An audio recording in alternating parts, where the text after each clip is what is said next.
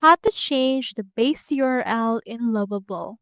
So in order to do that, first head over to their website, which is lovable.dev, sign into your account, and then from in there, scroll down until you reach your workspace.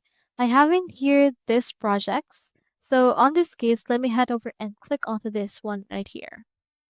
It will load my chat with Lovable as well as a preview of my site. So since I want to change the base URL, what we can do is we can click onto this publish option right there. And then from in there, you can see this publish site URL, which is this long word phrase right here.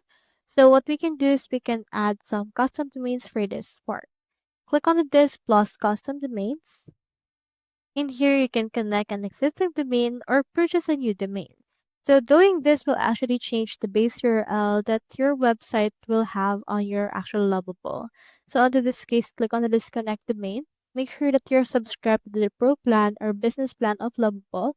Click on upgrade, and as you can see, you can now use custom domains based on this feature, which essentially also changes the base URL of your Lovable. So that's all there is today, and I hope this video helped you out.